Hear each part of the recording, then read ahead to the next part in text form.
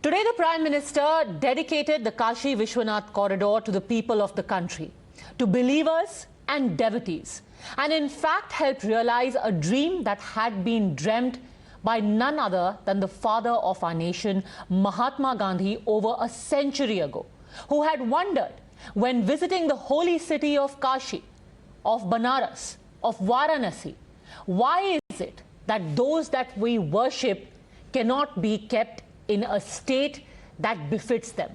Why can't we accord our deities the glory that we deserve? Today, Varanasi and Mahadev was restored in the glory that they deserve. The politics aside, what is the significance? Why is this important for us as a country and a culture? Joining us now on the Newshour Agenda, Sadhguru Jaggi Vasudev. Thank you very much, Sadhguru, for having spoken to us. To begin with, as a Shiv Bhakt yourself, what are your thoughts today? Well, I am not a devotee of Shiva because he forcefully invaded my life and took me over.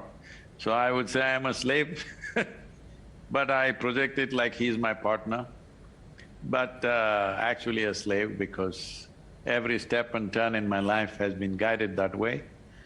And I say he's my sleeping partner because he does nothing, I do all the work, but everything is his this is my life So, what is my thoughts about Kashi? It's very important, the time has come in the world where the world has to move away from divisive dogmas and philosophies and ideologies. This is what Kashi Vishwanath means. Vishwanath, as you know, it means the Lord of the world, that means it is for all life on this planet. And when we say Kashi, it's a tower of light. What is the significance of a tower of light? And how does a place become a tower of light? We must understand Kashi as a mechanism. I'm using the word mechanism very consciously because it was built as a yantra with 72,000 shrines and 108 main temples, 54 of them for Shiva and 54 for Shakti, giving equal significance to masculine and feminine and forming a body. It's like a living body. Why 72,000 shrines is, there are 72,000 prana nadis in the body, so it's a mega human being sitting there. And the idea is to connect the micro and the macro, or the individual and the universal. So this is an instrument to transform and transcend a human being to areas and spaces that individual human beings by themselves may not be able to do. Not everybody is steeped in spiritual practices. How do they find expression to their longing? Because there is no human being in the world who doesn't have a longing to touch aspects and dimensions of life which are not yet in their life. Everybody wants to. Some people may invest their time and energies to do that consciously, others here and there aspire for it. Maybe instead of genuinely seeking within themselves, they will have a drink or they will drug or they'll do something. But you must understand all these are aspirations to touch something of the beyond. So here we in this culture, in this Sanatana Dharma, we created instruments through which you could touch even ordinary people who don't have… who are not steeped in spiritual sadhana. They can also have an opportunity to transcend and transform their way of being. If not in their early life, at least towards the end of their life, they must go to Kashi to do this. There have been many attempts like this in the country, there are many places like this, but Kashi is a very, very daring project. A few thousand years ago, the size and the complexity and the sophistication of what it is truly incredible. And unfortunately today a lot of it is lost, but this is phenomenal that once again some revival has happened. The first time I went there, some journalists came to me and asked, Sadhguru, what is your impression of Kashi? I said, it's fabulous and filthy. They didn't like it. I said, see, this is the reality, you better address the filth. Fabulous is there, nobody is missing it, but if you do not address the filth, fabulous could get buried in the filth. Here we are, at last, Kashi has a revamp, Kashi has a some amount of, if not the whole system being revived, at least a part of it being revived, I think this will go a long way for many, many people who aspire for this, who want to be there but cannot be there simply because of the way it was being conducted. So this is a huge step in that direction. One must understand this is about Vishwanath. This is about an inclusive process. This is not an exclusive process. This is about everybody. I hope everybody gets this message, and also the temple also is conducted in such a way, it does not discriminate between one and the other. During times of invasions, during times of occupation, during times of British rule, they evolved rules to stop other people, other nationalities and other religions. They used to stop at one time. I think that is largely gone. It must completely go. Anybody who wants to come, it should be open to them, because this is about Vishwanath ji. Absolutely. And when you say it's filthy and fabulous, yes, it may offend certain sensibilities, but you're an august I said fabulous and filthy. But you're in august company there, Sadhguru, because it was the father of our nation who over a century ago said that when people come visit us from across the world and they look at Kashi, what will they think if this is how we keep our deities? But why did it take so long? Was it the Orientalism, or that you sort of glamorize squalor? Why did it take so long to rejuvenate something that was apparent to everyone? See, it's not that we romanticize our squalor, not at all. I think it's because since pre-independence there has been a thing, but particularly post-independence, we are being shy of our culture, because we want to project ourselves like we are westernized and everything, because if you have to be modern, you have to be westernized. It's only now in the last 5–10 years that there is a resurgence, that you can be proud of your culture, you can be proud of who you are. This has come back fortunately in common people. It's a very positive thing, because no nation will move forward in a big way if they're ashamed of being who they are. So I think that was a significant part, and apart from that, without political will, that could have never happened.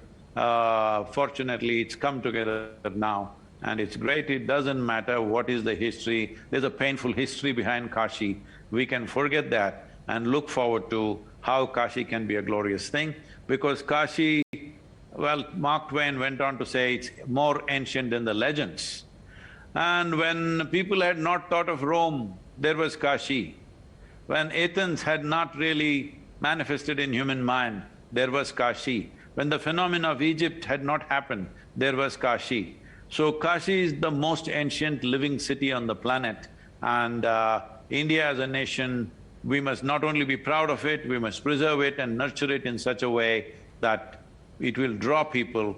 Kashi, as a single force, can handle nearly 50% of India's tourism as such. I must tell you this, when I happened to be in one of the large hotels there near Kashi, in the hotel, everybody, everywhere, they were only projecting that place as a destination for Saranath. That is the Gautam Buddha's first place where he taught. But what they forgot was, Gautama also came all the way to teach near Kashi, because he thought that is the best location for him to teach. But today it was being projected that way. I spoke to the management and told them, what is happening here? There is no mention of Kashi. In Varanasi there is a hotel and no mention of Kashi, it's all about Saranath. They said, no, all our clients are from Japan and other Buddhist countries, nobody else comes. So essentially it had become, this I'm talking about 12–15 years ago, essentially it had become that only very common people, village people, rural people will come to Kashi. The elite will never come to Kashi because of the conditions that were there, and only the Buddhist tourists were coming to go to Saranath. We must understand that Gautama himself chose to do his first teaching near Kashi, because if at all, if you had to teach anything of significance, if at all, if you had to get an audience who will understand what you're talking, you had to go to Kashi at that time. That's how it was. And this was a center of knowledge, this is a center of spiritual process, above all a center of transcendence. And it's fantastic, it's being at least reasonably revived. Would it be an overstatement to say that India could just be on the brink, Sadhguru, of a cultural renaissance, where we finally get to acknowledge ourselves as a culture and a civilization and be proud of it? I would say India is on the… in a cusp where if we do a few right things in the next few years, we could be a cultural renaissance for the entire world, because for the first time, we have an younger generation who want everything to be logically correct. They are not willing to take dogmatic teachings, philosophies which have no relevance. They want to live here well, they don't want to go to heaven. This has become a strong movement everywhere in the world. I'm traveling across the world, I see everywhere, in every university that I go, they are fascinated by what we have to offer, because this is one culture which thought through every aspect of life. This is one culture which explored human mechanism like no culture ever explored. I'm not saying this with the pride of being Indian, which I am, but I am not saying it is that I've looked very closely at various cultures around the world. Nowhere else has anybody looked at human mechanism and the possibilities of being human with as much profoundness and detail as this culture has. I think if we present it properly, it is the future of the world. Many people also look at it as a secular state aligning itself with a religion. First, Ayodhya, Ram Janmabhoomi, and now this. How does one draw the line between acknowledging and accepting your culture and ensuring that the state doesn't side with the religion? See, this comes from imported ideas that we have, that we think my religion and your religion. That has never been the ethos of this culture. We have always referred to this as Sanatan Dharma. That means it's an eternal culture. If something has to be eternal, the only way it can be eternal is by being all-inclusive. That is the fundamental, because this is about human consciousness. This is not about God, this is not about going to heaven. This is about transforming and transcending human consciousness to a different level of experience and understanding, and above all, an expression of life. So, we must understand this whole divisions of my religion versus your religion comes from belief systems. This is not a culture of belief systems. This is a land of seekers.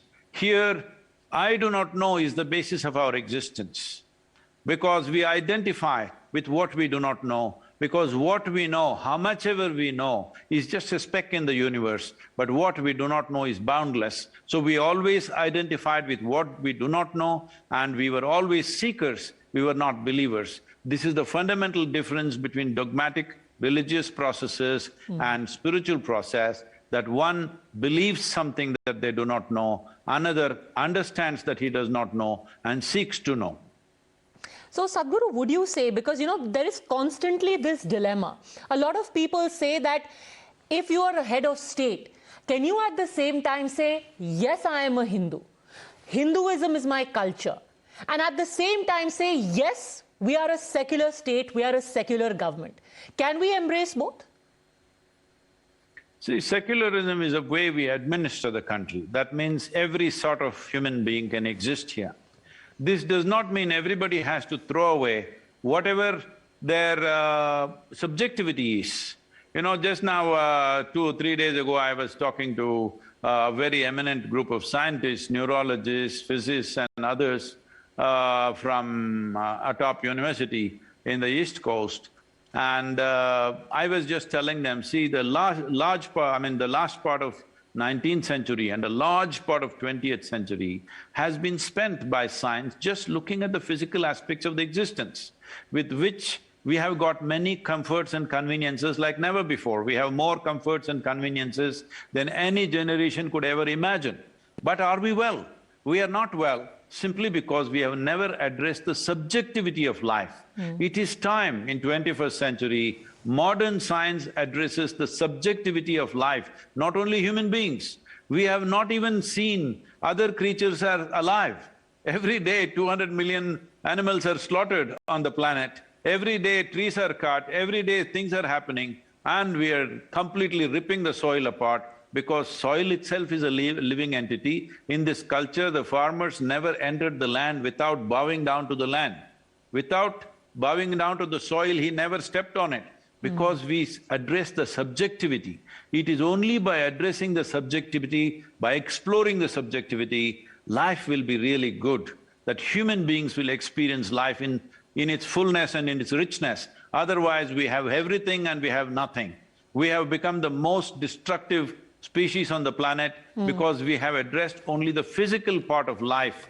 We have not taken charge of the subjectivity. This is very, very important. How we treat each other is essentially lack of subjectivity. We do not even understand the other human being is as alive as me.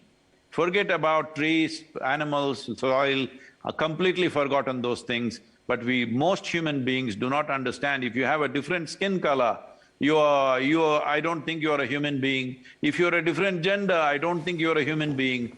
Because we have not addressed subjectivity. It is time the scientific focus also move towards subjective explorations, and this is what Kashi represents, this is what this culture represents.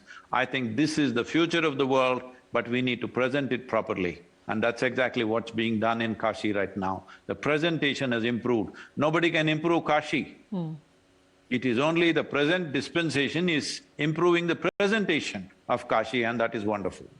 It is so interesting you mention how we treat each other, Sadhguru, because today among one of the many gestures, I don't know if you saw it because you're in a different time zone altogether, the fact that those people who have worked for the last 2 years, they've used their hands, they've helped construct the entire Kashi Vishwanath Dham, the corridor.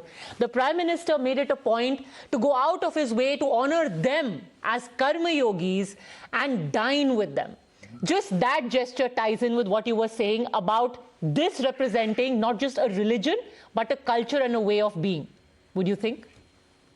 Yes, see, this has been the way, if you go to, especially in southern India, because northern India has lost most of its temples like that. In southern India, we have magnificent temples which are engineering marvels by themselves. You'll feel proud of being human. How did they build these temples a few thousand years ago? The kind of engineering that it takes, the precision that it takes. So, at any time, nobody put their name on it. No architect has signed his name on the temple, this is designed by me. In culture, we know who designed it, but he never put his name. So as a part of respect, the kings instituted him and a few people around him, like faceless people, as deities, actually a small temple for him. And all the workers who worked for the temple. This has been our culture. Unfortunately, monuments have been built like this, that once the monument was built, their hands were cut off, their fingers were cut off so that they don't go and build anywhere else. That has been the culture that came from elsewhere, but this is very important, and I bow down to the man for bowing down to those ladies and those hardworking men who are out there, because it is they who build a nation, really. And the cultures which have come from abroad, that's the final question I want to ask you, because that's always been the elephant in the room and always something that we tiptoe around.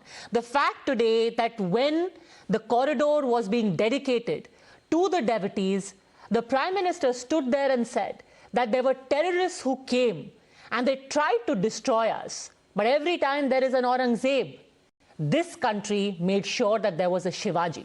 Will we ever make peace with a history that we have tried to either deny or whitewash? See, by denial we will not transform. It is very important we do not identify the present generations of other communities with historically what people did here. It's very important because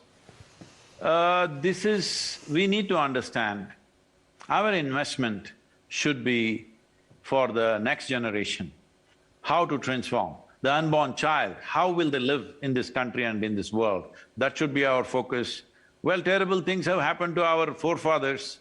We can't fix that. Nobody can fix the past. But we don't have to forget the past, because if you forget the past, you may go into the same pit once again.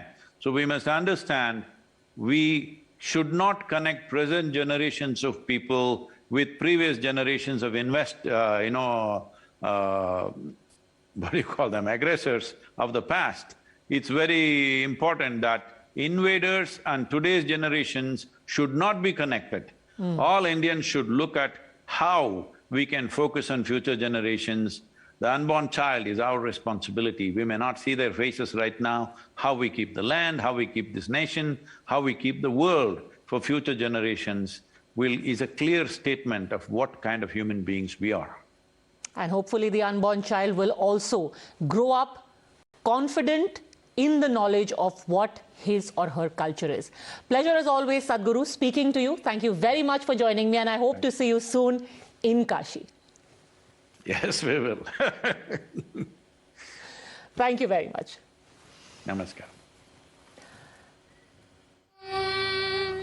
अग्निमीडे पुरोहितं यज्ञस्य देववृद्विजम् भूतारं रत्नधातवम् स्तनः पितेव सूनवे सुपायनो भव सदस्वानस्वस्तये स्वस्ति no मिमेतामश्विना भव स्वस्ति देव्यजिनधर्मणाः स्वस्ति पूषा असुरो दधातु नः स्वस्ति द्यावा पृथिवी सुचेतुना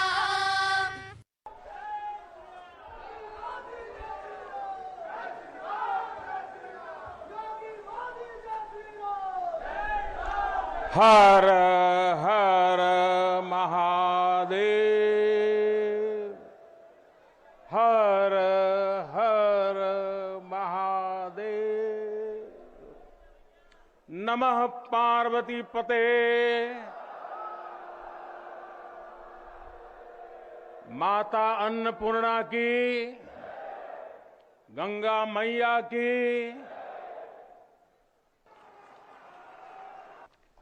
काशी के सभी बंधुओं के साथ बाबा विश्वनाथ के चरणों में हम शीश नवावत है। मैं काशी के कोतवाल के चरणों में भी प्रणाम करता हूं। हम बाबा विश्वनाथ दरबार से देश दुनिया के उन श्रद्धालु जनन के प्रणाम करत है जो अपने अपने स्थान से इस महायज्ञ के साक्षी बनत होन। हम आप सब काशीवासी लोगन के प्रणाम करत है जिनके सहयोग से इस शुभ घड़ी आयल है। हृदय गदगद है, मन आह्लादित है। आप सब लोगन के बहुत बहुत बधाई हो। हमारे पुराणों में कहा गया है कि जैसे ही कोई काशी में प्रवेश करता है सारे बंधनों से मुक्त हो जाता है। विश्वनाथ धाम अकल्पनीय अनंत ऊर्जा से भरा हुआ है। उसका वैभव विस्तार ले रहा है। इसकी विशेषता आसमान छू रही है। यहां आसपास जो अनेक प्राचीन मंदिर लुप्त हो गए थे उन्हें भी पुनः स्थापित किया जा चुका है। बाबा अपने भक्तों की सदियों की सेवा से प्रसन्न हुए हैं, इसलिए उन्होंने आज के दिन का हमें आशीर्वाद दिया है। विश्वनाथ धाम का ये पूरा नया परिसर एक भव्य भवन भर नहीं है, ये प्रतीक है हमारे भारत की सनातन संस्कृति का। ये प्रतीक है हमारी आध्यात्मिक आत्मा का। ये प्रतीक है भारत की प्राचीनता का, परंपराओं का, भारत की ऊर्जा का, गतिशीलता का। आप यहां जब आएंगे तो केवल आस्था के ही दर्शन होंगे ऐसा नहीं है। आपको यहां अपने अतीत के गौरव का एहसास भी होगा। कैसे प्राचीनता और नवीनता एक साथ सजीव हो रही है, कैसे पुरातन की प्रेरणाएं भविष्य को दिशा दे रही हैं, इसके साक्षात दर्शन विश्वनाथ धाम परिसर में हम कर रहे हैं। बाबा विश्वनाथ सबके हैं, मां गंगा सबकी है, उनका आशीर्वाद सबके लिए है। लेकिन समय और परिस्थितियों के चलते बाबा और मां गंगा की सेवा की ये सुलभता मुश्किल हो चली थी। यहां हर कोई आना चाहता था, लेकिन रास्तों और जगह की कमी हो गई थी।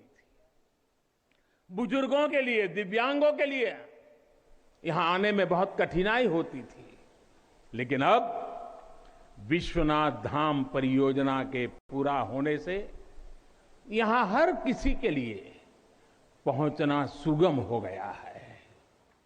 हमारे दिव्यांग भाई बहन, बुजुर्ग माता पिता सीधे बोर्ड से जेटी तक आएंगे। जेटी से घाट तक आने के लिए भी एस्केलेटर लगाए गए हैं, वहां से सीधे मंदिर तक आ सकेंगे। संकरे रास्तों की वजह से दर्शन के लिए जो घंटों तक का इंतजार करना पड़ा था, जो परेशानी होती थी, वो भी अब कम होगी। पहले यहां जो मंदिर क्षेत्र केवल 3000 वर्ग फीट में था, वो अब करीब करीब 5 लाख वर्ग फीट का हो गया।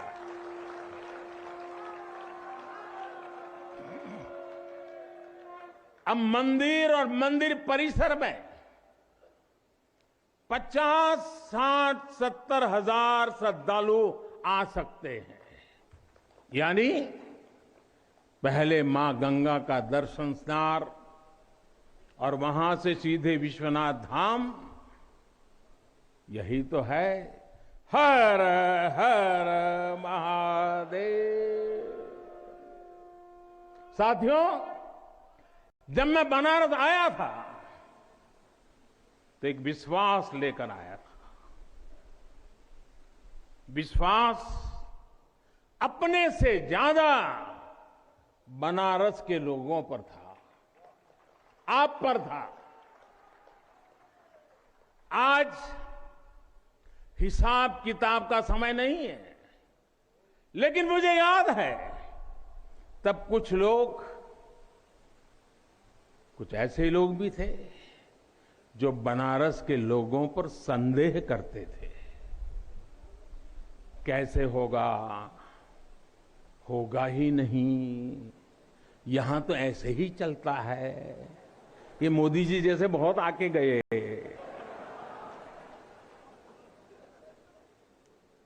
मुझे आश्चर्य होता था कि बनारस के लिए ऐसी ही धारणाएं बना ली गई थी, ऐसे तर्क दिए जाने लगे थे। ये जड़ता बनारस की नहीं थी, हो भी नहीं सकती थी। थोड़ी बहुत राजनीति थी, थोड़ा बहुत कुछ लोगों का निजी स्वार्थ, इसलिए बनारस पर आरोप लगाए जा रहे थे। लेकिन काशी तो काशी है, काशी तो अविनाशी है। काशी में एक ही सरकार है,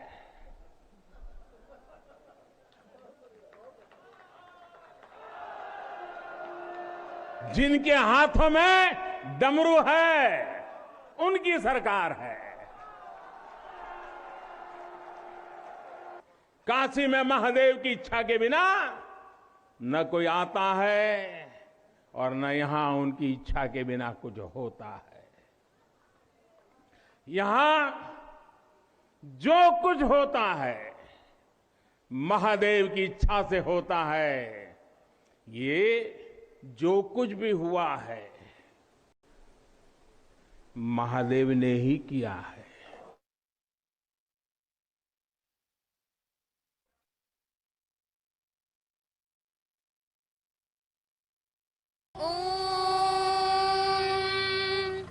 अग्निमेव